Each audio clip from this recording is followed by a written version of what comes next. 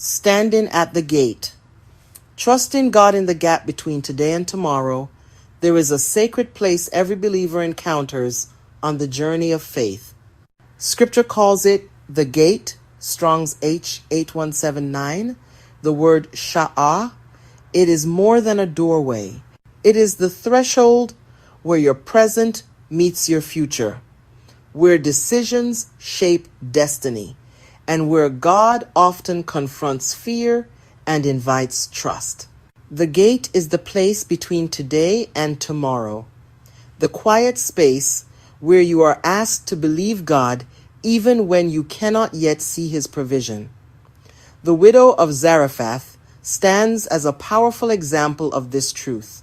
When Elijah met her in 1 Kings 17 verse 10, she was standing at the gate of her city, but in a deeper sense, she was standing at the gate of her life.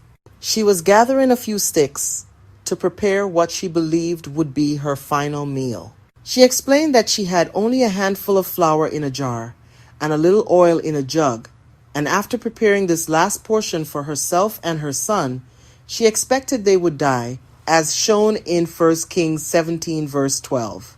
She was living in famine both outwardly and inwardly, reaching the end of her own strength. Yet God sent Elijah to meet her at the gate. This is often the pattern in Scripture. God introduces an Elijah, a divine messenger, at the moment when your own resources have run out. Elijah carried a word that required courage and trust. He told her not to fear and instructed her to make a small cake for him first, as we see in 1 Kings 17 verse 13. It was a difficult instruction, almost unthinkable for a woman with so little left. Trust, however, is not shaped in seasons of comfort. Trust is born at the bottom of the jar. Elijah gave her God's promise in 1 Kings 17 verse 14 that the flour would not be spent and the oil would not run dry until rain returned. She had to act on the promise before she saw the provision. Her trust, her batak, connected to Strong's H982, became visible through her obedience. Trust is not an emotion. Trust is obedience in the face of uncertainty. Trust moves even when circumstances stay the same. And the miracle came exactly as God declared.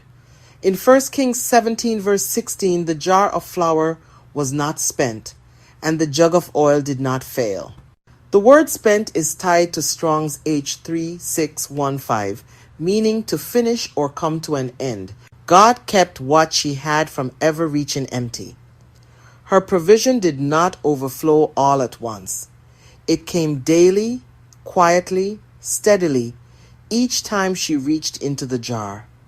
This is often how God moves, not through a dramatic abundance, but through sustained grace. Understanding Shar, Strong's H8179, deepens this revelation. In ancient Israel, the gate was the center of civic life. Decisions, judgments, legal agreements, and public announcements all happened at the gate. It was where elders sat to govern. It was the legal center, the social center, the marketplace, and the place of proclamation. To meet someone at the gate was to meet them at the place of decision and destiny. That is why Ruth's redemption happened at the gate, why prophets spoke at the gate, and why battles for territory often focused on controlling the gate. To possess the gate of your enemies meant to hold authority over the territory. So when Elijah met the widow at the gate, God was signaling that this was the place where her life would turn. The gate was where God confronted her fear and invited her into trust. The gate was where she had to decide whether to believe her circumstances or the word of the Lord. The gate was where her destiny shifted from death to daily provision.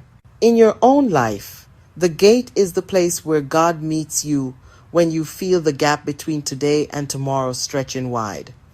It is the space where you sense your own limitations acutely. It is where fear whispers that nothing will change. It is where the future feels uncertain.